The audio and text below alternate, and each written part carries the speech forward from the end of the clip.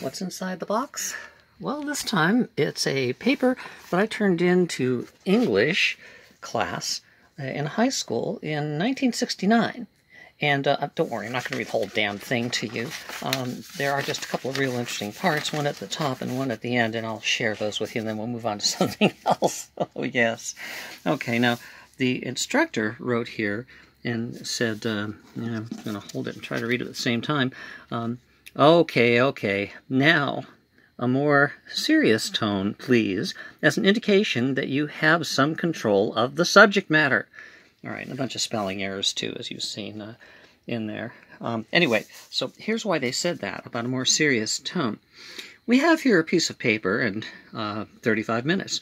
As is usual, 35 minutes on paper is a minute and a half when read.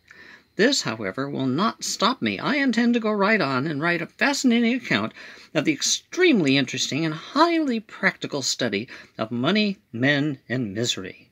Okay, and then I go on to talk about the characters in Tom Sawyer. Well, anyway, I maintained that tone, and yet I thought I covered the material rather seriously until the very end when I said, "We now return the control of the paper to you. Until next week, when the control pen takes you to the outer limits."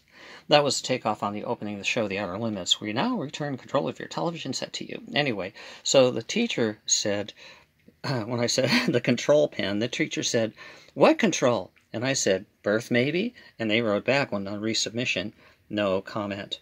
All right, well, that's... Oh, there's a back. I didn't know there was a back. "Congratulations for successfully stifling a budding young talent. You would have me believe that you are easily discouraged. No rewrite, no grade."